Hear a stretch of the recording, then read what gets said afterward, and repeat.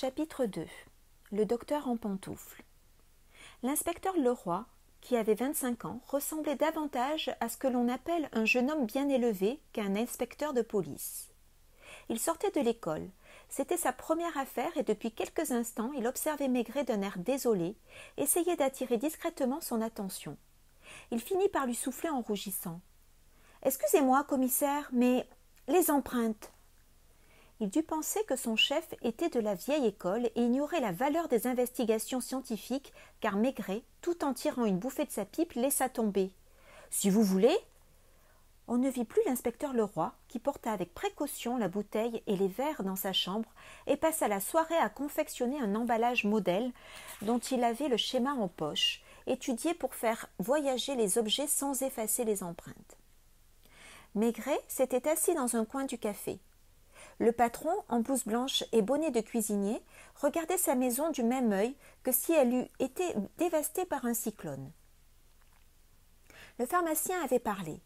On entendait des gens chuchoter dehors. Jean Servière, le premier, mit son chapeau sur sa tête. « Ce n'est pas tout, ça. Je suis marié, moi, et madame Servière m'attend. À tout à l'heure, commissaire. » Le Pommeret interrompit sa promenade. « Attends-moi, je vais dîner aussi. Tu restes, Michou ?» Le docteur ne répondit que par un haussement d'épaules. Le pharmacien tenait à jouer un rôle de premier plan. Maigret l'entendit qui disait au patron « Et qu'il est nécessaire, bien entendu, d'analyser le contenu de toutes les bouteilles. Puisqu'il y a ici quelqu'un de la police, il lui suffit de m'en donner l'ordre. » Il y avait plus de 60 bouteilles d'apéritifs divers et de liqueurs dans le placard. « Qu'est-ce que vous en pensez, commissaire ?»« C'est une idée, oui, c'est peut-être prudent. » Le pharmacien était petit, maigre et nerveux. Il s'agitait 3 fois plus qu'il n'était nécessaire. On dut lui chercher un panier à bouteilles, puis il téléphona à un café de la vieille ville afin qu'on aille dire à son commis qu'il avait besoin de lui. Tête nue, il fit 5 ou 6 fois le chemin de l'hôtel de l'amiral à son officine, affairé, trouvant le temps de lancer quelques mots aux curieux groupés sur le trottoir. « Qu'est-ce que je vais devenir, moi, si on m'emporte toute la boisson ?» gémissait le patron. « Et personne ne pense à manger. Vous ne dînez pas, commissaire ? Et vous, docteur, vous rentrez chez vous ? » ?»« Non, ma mère est à Paris. La servante est en congé. »« Vous couchez ici, alors ?» Il pleuvait. Les rues étaient pleines d'une boue noire. Le vent agitait les persiennes du premier étage. Maigret avait dîné dans la salle à manger, non loin de la table où le docteur s'était installé, funèbre. À travers les petits carreaux verts, on devinait dehors des têtes curieuses qui, parfois, se collaient aux vitres. La fille de salle fut une demi-heure absente, le temps de dîner à son tour. Puis elle reprit sa place habituelle à droite de la caisse, un coude sur celle-ci, une serviette à la main. « Vous me donnerez une bouteille de bière ?» dit Maigret. Il sentit très bien que le docteur l'observait tandis qu'il buvait, puis, après, comme pour deviner les symptômes de l'empoisonnement. Jean Servière ne revint pas, ainsi qu'il l'avait annoncé. Le Pommeret non plus. Si bien que le café resta désert, car les gens préféraient ne pas entrer et surtout ne pas boire. Dehors, on affirmait que toutes les bouteilles étaient empoisonnées. De quoi tuer la ville entière.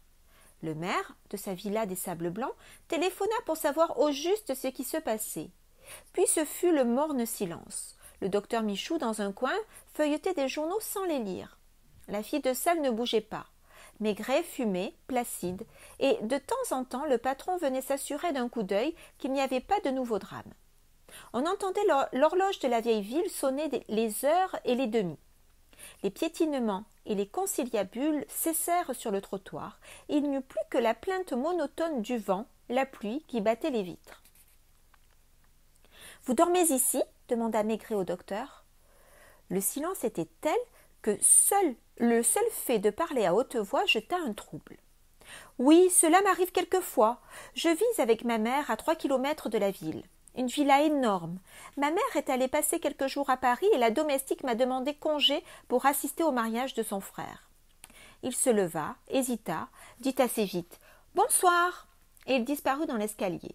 On l'entendit qui enlevait ses chaussures au premier, juste au-dessus de la tête de Maigret. Il ne resta plus dans le café que la fille de salle et le commissaire. Viens ici, lui dit-il en se renversant sur sa chaise. Et il ajouta, comme elle restait debout, dans une attitude compassée, assieds-toi. Quel âge as-tu ? 24 ans. Il y avait en elle une humilité exagérée. Ses yeux battus, sa façon de se glisser sans bruit, sans rien heurter, de frémir avec inquiétude au moindre mot, cadrait assez bien avec l'idée qu'on se fait du souillon habitué à toutes les duretés. Et pourtant, on sentait sous ses apparences comme des pointes d'orgueil qu'elle s'efforçait de ne pas laisser percer. Elle était anémique, sa poitrine plate n'était pas faite pour éveiller la sensualité.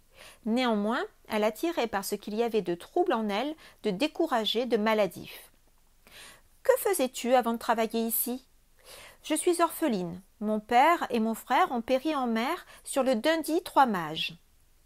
Ma mère était déjà morte depuis longtemps. J'ai été d'abord vendeuse à la papeterie, place de la Poste. » Que cherchait son regard inquiet ?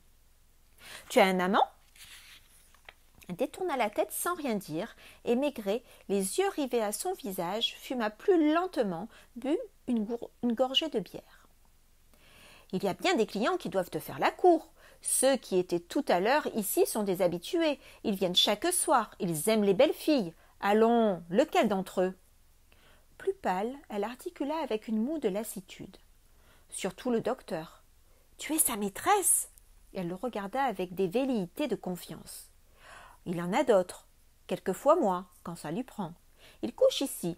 Il me dit de le rejoindre dans sa chambre. » Rarement Maigret avait recueilli confession aussi plate. « Il te donne quelque chose ?»« Oui, pas toujours, 2 ou 3 fois.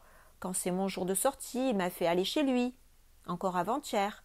Il profite de ce que sa mère est en voyage. Mais il a d'autres filles. Et monsieur Le Pommeraye ? C'est la même chose, sauf que je ne suis allée qu'une fois chez lui, il y a longtemps. Il y avait là une ouvrière de la sardinerie et je n'ai pas voulu. Ils en ont de nouvelles toutes les semaines. Monsieur Servière aussi ? Ce n'est pas la même chose. Il est marié. Il paraît qu'il va faire la noce à Brest. Ici, il se contente de plaisanter, de me pincer au passage. » Il pleuvait toujours. Très loin ululait la corne de brume d'un bateau qui devait chercher l'entrée du port. « Et c'est toute l'année ainsi ? » ?»« Pas toute l'année. L'hiver, ils sont seuls. Quelquefois, ils boivent une bouteille avec un voyageur de commerce. Mais l'été, il y a du monde. L'hôtel est plein. Le soir, ils sont toujours 10 ou 15 à boire le champagne ou à faire la bombe dans les villas. Il y a des autos, de jolies femmes. Nous, on a du travail. L'été, ce n'est pas moi qui sers, mais des garçons. Alors, je suis en bas, à la plonge. » Que cherchait-elle donc autour d'elle ? Elle était mal d'aplomb sur le bord de sa chaise et elle semblait prête à se dresser d'une détente. Une sonnerie grêle retentit. Elle regarda Maigret, puis le tableau électrique placé derrière la caisse. « Vous permettez ?» Elle monta. Le commissaire entendit des pas, un murmure confus de voix au premier, dans la chambre du docteur. Le pharmacien entra, un peu ivre. « C'est fait, commissaire. 48 bouteilles analysées, et sérieusement, je vous jure, aucune trace de poison ailleurs que dans le Pernod et le Calvados. » Le patron n'aura qu'à faire reprendre son matériel. Dites donc, votre avis entre nous. Des anarchistes, pas vrai ? Emma revenait, gagnait la rue pour poser les volets, attendait de pouvoir fermer la porte. « Eh bien » fit Maigret quand ils furent à nouveau seuls. Elle détourna la tête sans répondre, avec une pudeur inattendue, et le commissaire eut l'impression que s'il la poussait un peu, elle fondrait en larmes. « Bonne nuit, mon petit, » lui dit-il. Quand le commissaire descendit, il se croyait le premier levé tant le ciel était obscurci par les nuages. De sa fenêtre, il avait aperçu le port désert où une grue solitaire déchargeait un bateau de sable. Dans les rues, quelques parapluies et des cirés fuyant au ras des maisons. Au milieu de l'escalier, il croisa un voyageur de commerce qui arrivait et dont un homme de peine portait la malle. Emma balayait la salle du bas. Sur une table de marbre, il y avait une tasse où stagnait un fond de café. « C'est mon inspecteur ?» questionna Maigret. « Il y a longtemps qu'il m'a demandé le chemin de la gare pour y porter un gros paquet. »« Le docteur ? Je lui ai monté son petit déjeuner, il est malade, il ne veut pas sortir. » Et le balai continuait à soulever la poussière mêlée de sciure de bois. « Qu'est-ce que vous prenez ? » « Du café noir. » Elle dut passer tout près de lui pour gagner la cuisine. À ce moment, il lui prit les épaules dans ses grosses pattes, la regarda dans les yeux d'une façon à la fois bourrue et cordiale. « Dis donc, Emma !» Elle ne tenta qu'un mouvement timide pour se dégager, resta immobile, tremblante, à se faire aussi petite que possible. « Entre nous, là, qu'est-ce que tu sais ?»« Tais-toi, tu vas mentir. Tu es une pauvre petite fille et je n'ai pas envie de te chercher des misères. Regarde-moi, la bouteille, hein?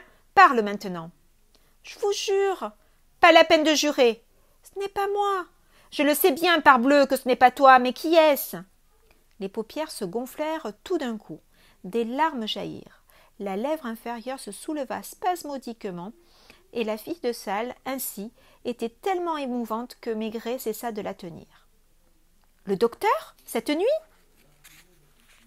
Non, ce n'était pas pour ce que vous croyez. » « Qu'est-ce qu'il voulait ?»« Il m'a demandé la même chose que vous, il m'a menacé, il voulait que je lui dise qui a touché à la bouteille. Il m'a presque battue et je ne sais pas, sur la tête de ma mère, je jure que... Apporte-moi mon café. » Il était 8 heures du matin. Maigret alla acheter du tabac, fit un tour dans la ville. Quand il revint vers 10 heures, le docteur était dans le café en pantoufles, un foulard passé autour du cou en guise de faux col. Ses traits étaient tirés, ses cheveux roux mal peignés.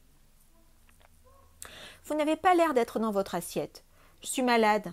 Je devais m'y attendre. Ce sont les reins. Dès qu'il m'arrive la moindre chose, une contrariété, une émotion, c'est ainsi que ça se traduit. Je n'ai pas fermé l'œil de la nuit. » Il ne quittait pas la porte du regard. « Vous ne rentrez pas chez vous ?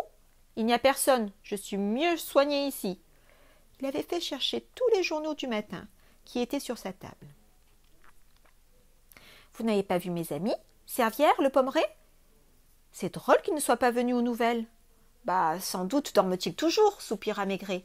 Au fait, je n'ai pas aperçu cet affreux chien jaune. Emma, avez-vous revu le chien, vous ? Non ? Voici le roi qu'il a peut-être rencontré dans la rue. Quoi de neuf, le roi ? Les flacons et les verres sont expédiés au laboratoire. Je suis passé à la gendarmerie et à la mairie. Vous parliez du chien, je crois ? Il paraît qu'un paysan l'a vu ce matin dans le jardin de monsieur Michou. Dans mon jardin ? Le docteur s'était levé. Ses mains pâles tremblaient. Qu'est-ce qu'il faisait dans mon jardin ? À ce qu'on m'a dit, il était couché sur le seuil de la villa, et quand le paysan s'est approché, il a grogné de telle façon que l'homme a préféré prendre le large. Maigret observait les visages du coin de l'œil. « Dites donc, docteur, si nous allions ensemble jusque chez vous ?» Un sourire contraint. « Dans cette pluie ? Avec ma crise ? Cela me vaudrait au moins 8 jours de lit. Qu'importe ce chien, un vulgaire chien errant sans doute. » Maigret mit son chapeau, son manteau. « Où allez-vous ?»« Je ne sais pas, respirez l'air. Vous m'accompagnez, le roi ?» Quand ils furent dehors, il put revoir encore la longue tête du docteur que les vitraux déformés rendaient plus longue tout en lui donnant une teinte verdâtre.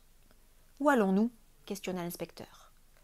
Maigret haussa les épaules, erra un quart d'heure durant autour des bassins, en homme qui s'intéresse au bateau.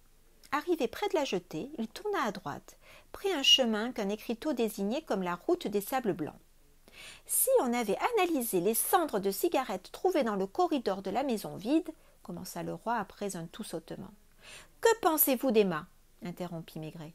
Je pense. La difficulté, à mon avis, surtout dans un pays comme celui-ci, où tout le monde se connaît, doit être de se procurer une telle quantité de strychnine. Je ne vous demande pas cela. Est-ce que, par exemple, vous deviendriez volontiers son amant ? Le pauvre inspecteur ne trouva rien à répondre, et Maigret l'obligea à s'arrêter et à ouvrir son manteau pour lui permettre d'allumer sa pipe à l'abri du vent.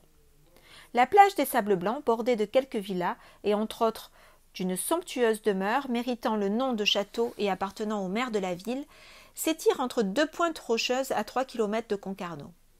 Maigret et son compagnon pataugèrent dans le sable couvert de goémons, regardèrent à peine les maisons vides aux volets clos. Au-delà de la plage, le terrain s'élève. Des roches à pics couronnés de sapins plongent dans la mer. Un grand panneau, lotissement des Sables Blancs. Un plan avec, en teintes différentes, les parcelles déjà vendues et les parcelles disponibles. Un kiosque en bois, bureau de vente des terrains. Enfin, la mention « En cas d'absence » s'adressait à M. Ernest Michou, administrateur. L'été, tout cela doit être riant, repeint à neuf. Dans la pluie et la boue, dans le tintamarre du ressac, c'était plutôt sinistre. Au centre, une grande villa neuve en pierre grise avec terrasse, pièces d'eau et parterre non encore fleuris. Plus loin, les ébauches d'autres villas, quelques pans de murs surgissant du sol et dessinant déjà les pièces. Il manquait des vitres au kiosque, des tas de sable attendaient d'être étalés sur la nouvelle route qu'un rouleau compresseur barrait à moitié. Au sommet de la falaise, un hôtel, ou plutôt un futur hôtel inachevé, aux murs d'un blanc cru, aux fenêtres closes à l'aide de planches et de cartons. Maigret s'avança tranquillement, poussa la barrière donnant accès à la villa du docteur Michou. Quand il fut sur le seuil et qu'il tendit la main vers le bouton de la porte, l'inspecteur Leroy murmura « Nous n'avons pas de mandat. Ne croyez-vous pas que… » Une fois de plus, son chef haussa les épaules. Dans les allées, on voyait les traces profondes laissées par les pattes du chien jaune. Il y avait d'autres empreintes, celles de pieds énormes, chaussés de souliers à clous. Du 46 pour le moins. Le bouton tourna. La porte s'ouvrit comme par enchantement et on put relever sur le tapis les mêmes traces boueuses, celles du chien et des fameux souliers. La villa, d'une architecture compliquée, était meublée d'une façon prétentieuse. Ce n'était partout que recoins avec des divans, des bibliothèques basses, des lits clos bretons transformés en vitrines, des petites tables turques ou chinoises.